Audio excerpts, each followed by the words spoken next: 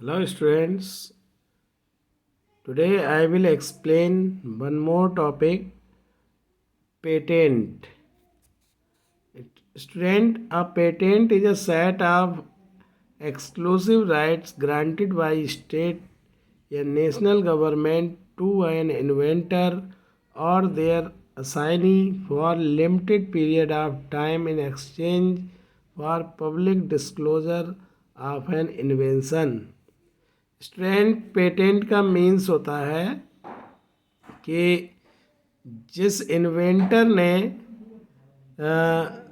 जो कुछ भी इन्वेंट किया है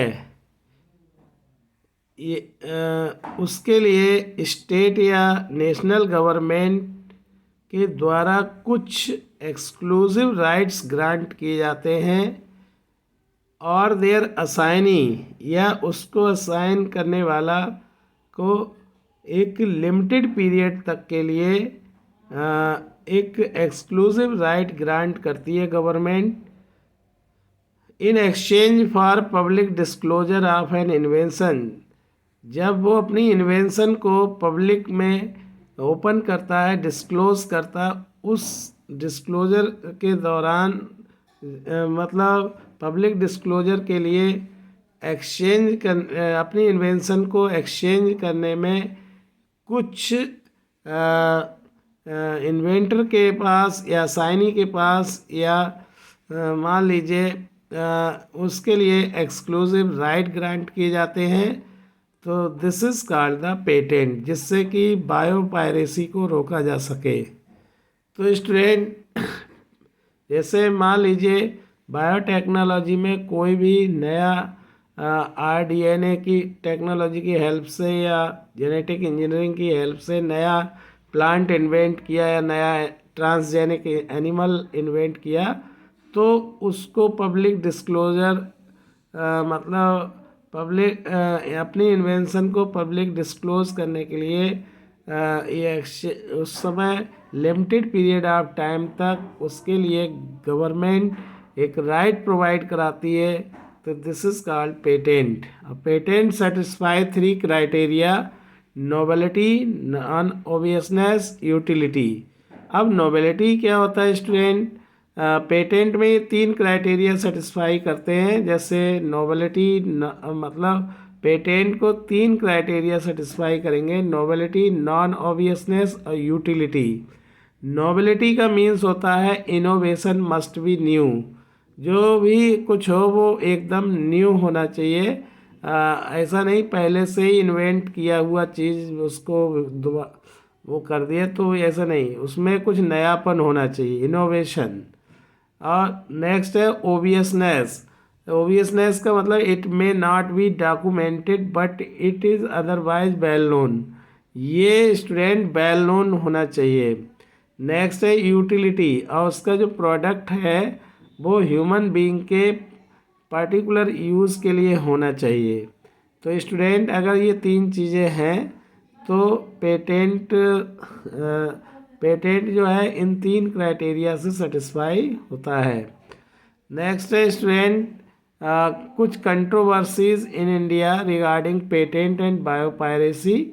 इंडिया में पेटेंट और बायोपायरेसी से रिलेटेड कुछ कंट्रोवर्सीज हुई हैं, जिनको आप देख लीजिए स्टूडेंट्स। और फर्स्ट है turmeric. Turmeric in May 1955 patent was granted by US Patent Office to University of Mississippi Medical Center for use of turmeric in wound healing. The patent was challenged by Dr. R.A. Maselkar, and it was established that use of turmeric as healing agent was known in India for centuries. So patent was revoked. Student, होता क्या है, हमेशा America एक ऐसा country है जो दूसरे की इन्वेंशंस को हमेशा चुराता रहता है, ठीक है। तो ये कंट्रोवर्सी जो है बाय मतलब 1955 में की है, जब टर्मरिक से रिलेटेड एक कंट्रोवर्सी हुई थी। स्टूडेंट, अमेरिका ये कहने लगा कि वहाँ की यूनिवर्सिटी जो मिसिसिपी में एक यूनिवर्सिटी है, वहाँ पर स्टूडेंट मेडिकल सेंटर में ये यूएस पेटेंट, मतलब यूएस पे अमेरिका में क्या हुआ कि उन्होंने टर्मरिक का यूज़ बॉन्ड हीलिंग में किया जाता है। तो हुआ क्या कि अमेरिकन कंपनी ने या यूएस पेटेंट ऑफिस से ये एक बॉन्ड हील करने के लिए टर्मरिक का यूज़ एक कारगर मतलब होता है, और इसका पेटेंट अमेरिकन कंपनी ने अपने पास, या जो मिसिसिपी यूनिवर्सिटी थी उन्होंने उनके मेडिकल सेंटर में यूएस पेटेंट को ग्रांट मिल गई। अब पेटेंट वाज चैलेंज, लेकिन इस पेटेंट पर स्टूडेंट आर.ए. मसेलकर जो इंडिया के थे, उन्होंने चैलेंज किया और कहा कि टर्मरिक का यूज़ जो है हीलिंग एजेंट के रूप में इंडिया में मतलब सैकड़ों साल से हो रहा है। सो पेटेंट वाज रिवोक्ड, इसलिए इस पेटेंट को रिवोक कर दिया जाए। क्योंकि इंडिया में होता क्या है, जनरली गांव में आपने देखा होगा, या जनरली लोग क्या करते हैं, अगर छोटी मोटी चोट लग जाए तो वो हल्दी को स्टूडेंट्स क्या करते हैं, पानी में थोड़ा सा मिक्स करके वहीं इंजरी पे लगा लेते हैं, तभी हमारी जो बॉन्ड हीलिंग होने लगती है। तो ये सैकड़ों साल से, सेंचुरीज ऑफ ईयर्स से हमारी कंट्रीज़ में होता चला आ रहा है। लेकिन अब देखिए अमेरिका की जो यूनिवर्सिटी है वो कह रही है, medical American Mississippi university America की जो है वो कह रही है कि ये हमने इन्वेंट किया है। तो ये बात गलत है स्टूडेंट। और उन्होंने ग्रांट, मतलब ये पेटेंट ग्रांट पाने की कोशिश की, लेकिन हमारे इंडियन जो साइंटिस्ट थे डॉक्टर आर.ए. मसेलकर, उन्होंने उनको चैलेंज किया और दोबारा से ये पेटेंट रिवोक हुआ। इसी तरीके से 1996 वंदना शिवा चैलेंज, वंदना शिवा ने ये चैलेंज किया एक फर्म को, जो WR ग्रेस और उनके कोवर्कर जो यूरोपियन पेटेंट ऑफिस में थे म्यूनिक में, उन्होंने कहा नीम का जो ऑयल है एक फंगीसाइडल यूज़ में आता है, इसका हमने डिस्कवर किया है, इन्वेंट किया है, और स्टूडेंट इसका ग्रांट हमारे पास होना चाहिए, पेटेंट ग्रांट हमें मिलनी चाहिए। लेकिन बाद में वंदना शिवा ने 1996 में उनको चैलेंज कर दिया, बोले हमारे इंडिया में एंशियंट टाइम से ही जो है नीम को एक फंगीसाइड के रूप में यूज़ किया जाता है। और student an ancient text were flag to point out that there was no novelty factor, India had known them for a long. India इसे बहुत पहले से जानती है, इसमें कोई नयापन, इनोवेशन नहीं है, कोई न्यू नहीं है। ये अगर कह रहे हैं कि फंगीसाइड के रूप में हमने पहली बार इसे इन्वेंट किया है, तो ये कोई नया नहीं है। तभी ये पेटेंट को दोबारा से ओवरटर्न किया गया 2005 में।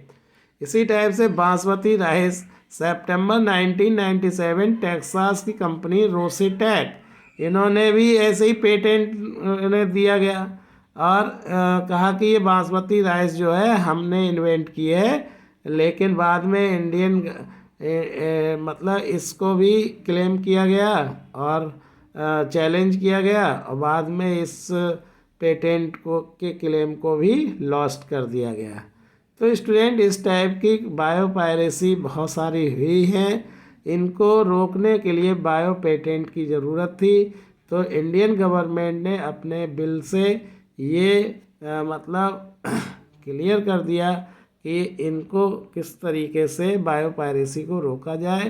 तो कोई भी स्टेट या कोई भी गवर्नमेंट अपने इन्वेंटर को हमेशा एक्सक्लूसिव राइट ग्रांट करती है, जिस एक लिमिटेड पीरियड ऑफ टाइम तक कि वो अपनी इन्वेंशन को पब्लिक डिस्क्लोजर में एक्सचेंज करने के लिए कुछ टाइम के लिए उनके लिए एक्सक्लूसिव राइट प्रदान करती है कि उनकी कोई कहने का मतलब उनकी इन्वेंशन को कोई कॉपी ना करे, और वो invention nobility, non obviousness, utility को सेटिस्फाई करती हो, तभी उसे पेटेंट मिल जाता है। और फिर वो उसकी